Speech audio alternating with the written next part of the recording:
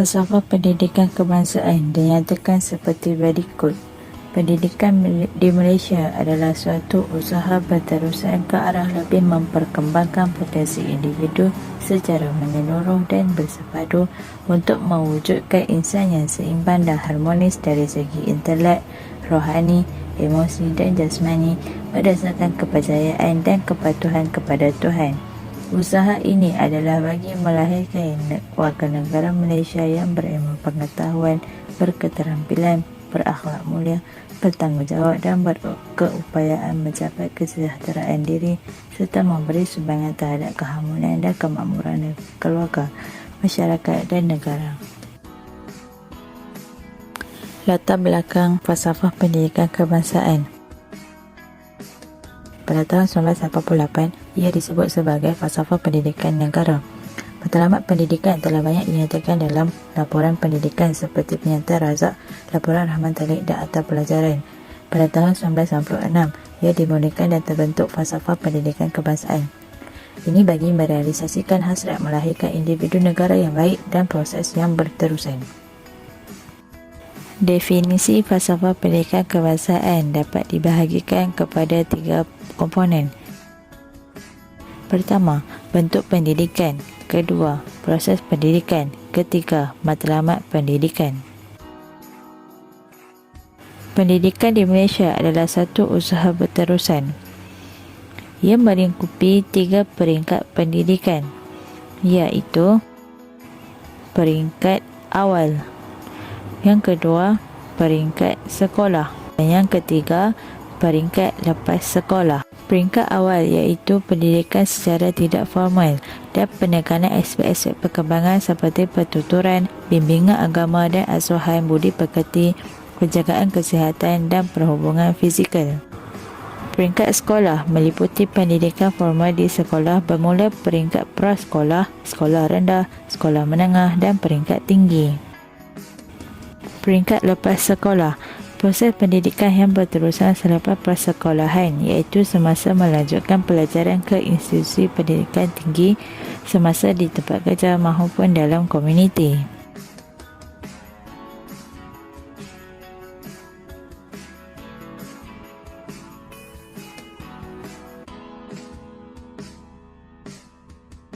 Proses pendidikan.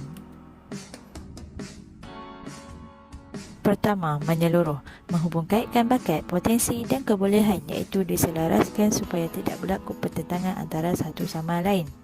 Kedua, bersepadu, peningkatan dan perkembangan elemen potensi iaitu jasmani, emosi, rohani dan intelek, jeri. Ketiga, seimbang, individu mestilah mempunyai ilmu, sasiah yang baik, percaya kepada Tuhan serta mempunyai akhlak yang terpuji. Harmoni, aspek jeri perlu diseimbangkan agar individu mampu menghadapi pelbagai cabaran dan menyelesaikan masalah yang mendatang. 4 elemen potensi diri. Pertama, jasmani, individu yang sihat fizikal mempunyai kesedaran untuk menjaga kesihatan diri.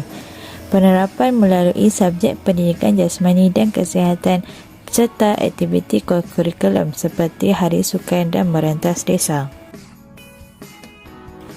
Kedua, melahirkan individu yang mampu mengawal emosi dengan baik dalam apa jua keadaan, memupuk semangat kekitaan dan perpaduan dalam organisasi ketika menghadapi konflik, seperti program kaunseling, program motivasi tentang cara mengawal emosi. Yang ketiga, rohani, keyakinan kepada Tuhan serta kepercayaan dan kepatuhan kepada agama, memahami budaya dan agama yang pelbagai serta menghormati kepelbagaian agama, dilihat melalui penghayatan nilai murni dan norma masyarakat. Keempat, intelek, individu berilmu pengetahuan dan berkemahiran dalam semua bidang. Ini bermaksud individu berfikiran kreatif, inovatif, kritis untuk memberikan sumbangan yang terbaik dalam pembinaan dan pembangunan negara. Akhir sekali, matlamat pendidikan. Usaha yang telah dilakukan dapat melahirkan warga negara Malaysia yang berilmu pengetahuan, berketerampilan, berakhlak mulia, bertanggungjawab dan berkeupayaan mencapai kesejahteraan diri serta memberi sumbangan terhadap keharmonian dan kemakmuran keluarga, masyarakat dan negara. Cabang Falsafah Pendidikan Kebangsaan FPK. Yang pertama, metafizik. Bermaksud cabang falsafah yang membincangkan perkara-perkara yang berkaitan alam, roh dan kehidupan. Menjawab persoalan-persoalan yang tidak dapat diselesaikan secara saintifik seperti hakikat realiti, kehidupan dan kewujudan Tuhan yang ada tetapi tidak dapat dilihat. Sebagai contoh, kewujudan alam adalah satu hakikat yang tidak dapat dibuktikan. Ciri-ciri FPK yang berkaitan adalah menyeluruh dan bersepadu. Badan ilmu sejagat yang harus diajar oleh guru dan dipelajari oleh murid. Implikasinya adalah potensi dan kebolehan individu penting untuk berkembang secara menyeluruh dan bersepadu. Cabang FPK yang kedua adalah epistemologi, membincangkan tentang ilmu pengetahuan, membahaskan secara terperinci segenap proses untuk memperoleh pengetahuan, iaitu asal-usul pengetahuan, bagaimana seseorang boleh memperoleh pengetahuan berkenaan serta kesahihannya. Terdapat 5 jenis ilmu, iaitu ilmu wahyu, ilmu empirikal, ilmu intuitif, ilmu autoritatif dan ilmu rasional. Ciri-ciri FPK yang berkaitan adalah usaha yang berterusan. Implikasinya adalah penyesuaian diri mengikut peredaran zaman dan perkembangan semasa amat penting. Misalnya, teknologi maklumat ICT. Perubahan ilmu akan menggalakkan perkembangan pengetahuan dan kemahiran diri serta penekanan kepada pembelajaran sepanjang hayat. Cabang FPK yang ketiga adalah aksiologi. Dikenali sebagai teori nilai yang membincangkan perkara-perkara berkaitan dengan nilai. Nilai dikategorikan kepada dua, iaitu nilai etika dan nilai estetika. Etika adalah berkaitan dengan peraturan, nilai moral, tingkah laku, adat dan sebagainya. Manakala estetika pula adalah nilai yang berkaitan dengan keindahan dan kesenian. Nilai yang ingin diberikan kepada sesuatu objek, sama ada cantik ataupun tidak, adalah bergantung kepada penilainya. Ciri-ciri FPK yang berkaitan adalah kepercayaan dan kepatuhan kepada Tuhan, berakhlak mulia dan bertanggungjawab. Implikasinya adalah peranan hubungan individu dengan Tuhan, peranan hubungan individu dengan orang lain dan individu dengan alam sekeliling, penerimaan Tuhan itu sebagai pencipta yang Maha Esa, kepentingan pengajaran agama dan moral, fokus kepada pembinaan insan dan perkembangan sahsiah. Cabang FPK yang keempat ialah logik, bidang falsafah yang berkaitan dengan penakkulan manusia. Manusia menggunakan rasional bagi sesuatu perkara, kejadian atau tindakan walaupun akal manusia terbatas. Tetapi jika berdasarkan pertimbangan logik, membolehkan seseorang itu bertindak dengan alasan yang boleh diterima dan tidaklah bertindak sesuka hati. Penakkulan yang dilakukan oleh manusia boleh jadi secara logik induktif atau logik diduktif. Logik induktif adalah apabila seseorang itu membuat kesimpulan atau generalisasi berdasarkan beberapa contoh atau kejadian khusus. Manakala logik diduktif pula adalah apabila suatu kesimpulan atau generalisasi digunakan dalam perkara ataupun situasi khusus. Ciri-ciri FPK yang berkaitan ialah berketerampilan. Implikasinya adalah yang pertama, keperluan prosedur kerja yang sistematik dan betul, dan yang kedua, pemupukan kompetensi diri. Elemen kandungan falsafah pendidikan kebangsaan. Pertama, pendidikan ialah satu usaha berterusan. Kedua, memperkembangkan lagi potensi individu. Ketiga, perkembangan potensi secara menyeluruh dan bersepadu. Keempat, insan yang seimbang dan harmonis. Kelima, kepercayaan dan kepatuhan kepada Tuhan. Keenam, rakyat Malaysia yang berilmu pengetahuan. Ketujuh, rakyat Malaysia yang berakhlak mulia. Kelapan, rakyat Malaysia yang bertanggungjawab. Kesembilan, rakyat Malaysia yang berketerampilan. Dan yang kesepuluh, rakyat Malaysia yang berkeupayaan mencapai kesejahteraan diri. Pendidikan ialah satu usaha berterusan. Pendidikan adalah satu proses pemerolehan dan pemindahan ilmu, kemahiran dan nilai murni. Proses pemerolehan dan pemindahan berlangsung secara berterusan bermula daripada kecil sehingga ke akhir hayat.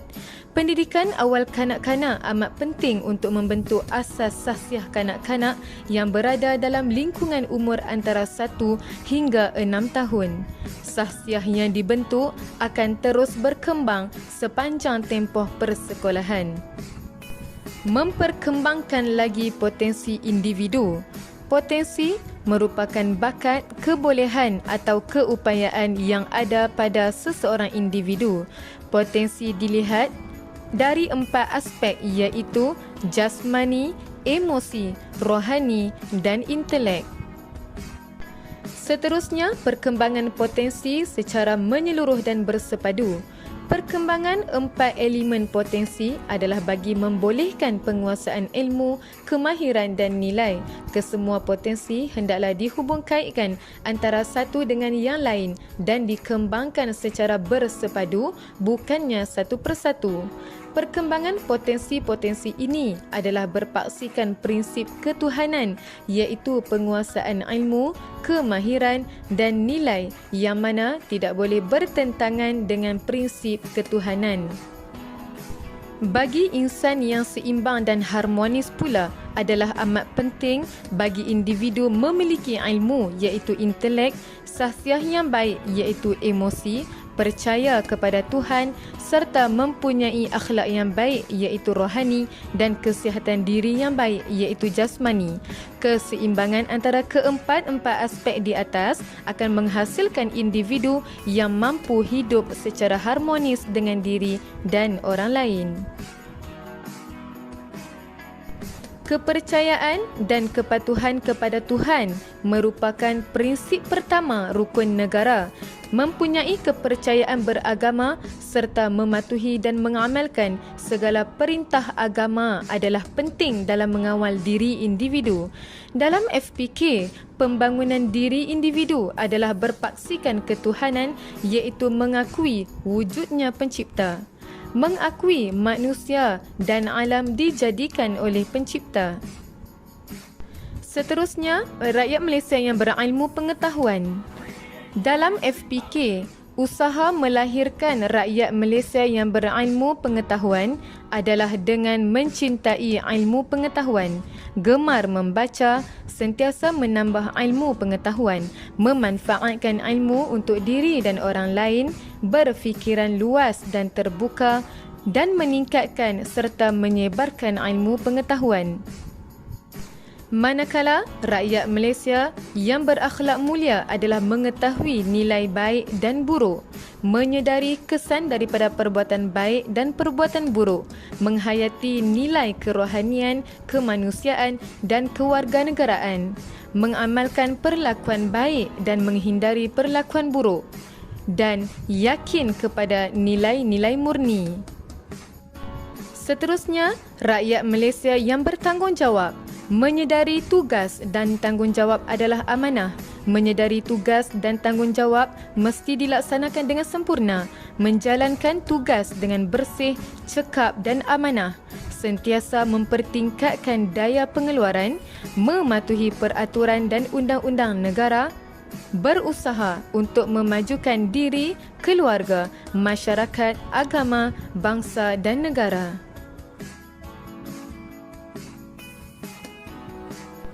Rakyat Malaysia yang berketerampilan. Seseorang yang berketerampilan merupakan orang yang kompeten dan cekap dalam melaksanakan sesuatu kerja, memiliki pengetahuan dan kelayakan yang sesuai dengan tugas, melaksanakan tugas dengan cekap dan sempurna, mempunyai kemahiran dalam menjalankan tugas. Seterusnya adalah rakyat Malaysia yang berkeupayaan mencapai kesejahteraan diri. Bagi mencapai kesejahteraan diri, seseorang itu haruslah mempunyai fikiran yang waras, jiwa tenang dan badan yang sihat. Mempunyai daya ketahanan diri yang kuat untuk menghadapi cabaran hidup dan mewujudkan perhubungan yang baik. Kepentingan falsafah pendidikan terhadap perkembangan pendidikan.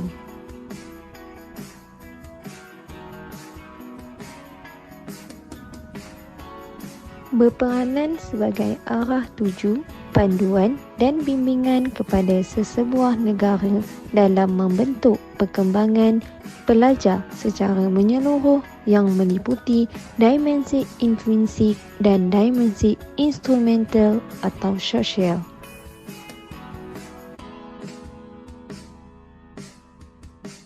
Selain itu, rasional pendidikan sepanjang hayat adalah membolehkan kita menghadapi dan menangani pelbagai cabaran dan pembangunan yang pesat, khasnya perkembangan K-ekonomi dalam teknologi maklumat dan telekomunikasi.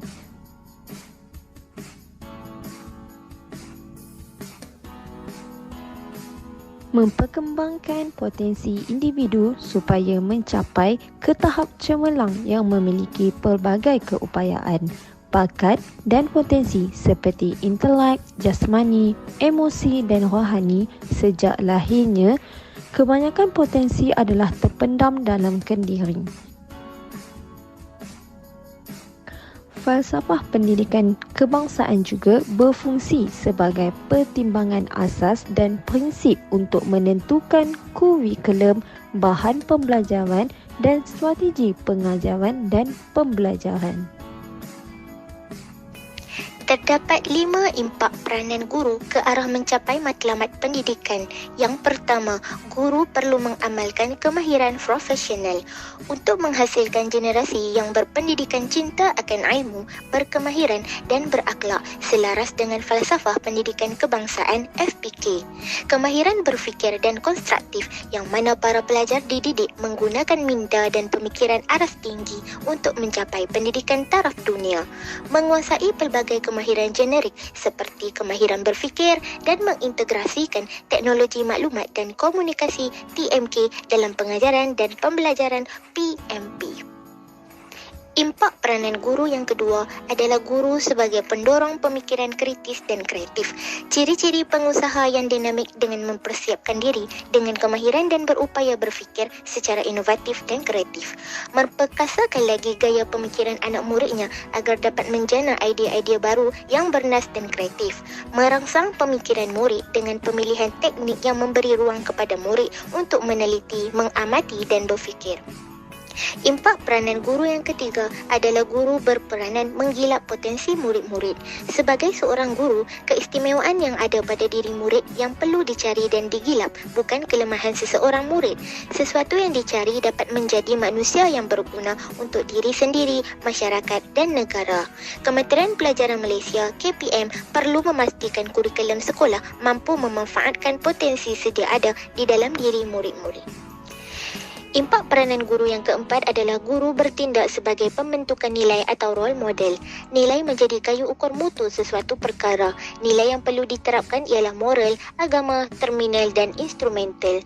Guru juga hendaklah mempunyai sifat dan kualiti profesional, peribadi dan sosial yang baik lagi murni supaya dapat menjalankan tugas sebagai pendidik dengan sempurna dan sebaiknya.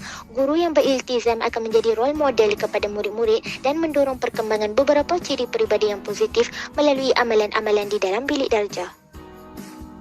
Impak peranan guru yang kelima adalah guru berperanan sebagai pembimbing untuk memastikan murid mempunyai kemahiran menangani masalah yang dihadapi dalam kehidupan mereka.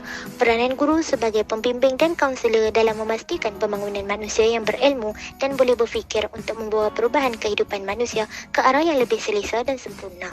Guru pembimbing akan membantu muridnya seimbang dari segi intelek, rohani, jasmani dan emosi. Kesimpulannya, dengan usaha yang bersungguh-sungguh menerusi transformasi bersepadu, sudah pasti sistem pendidikan negara mampu mendepani cabaran yang sentiasa berubah pada abad kini.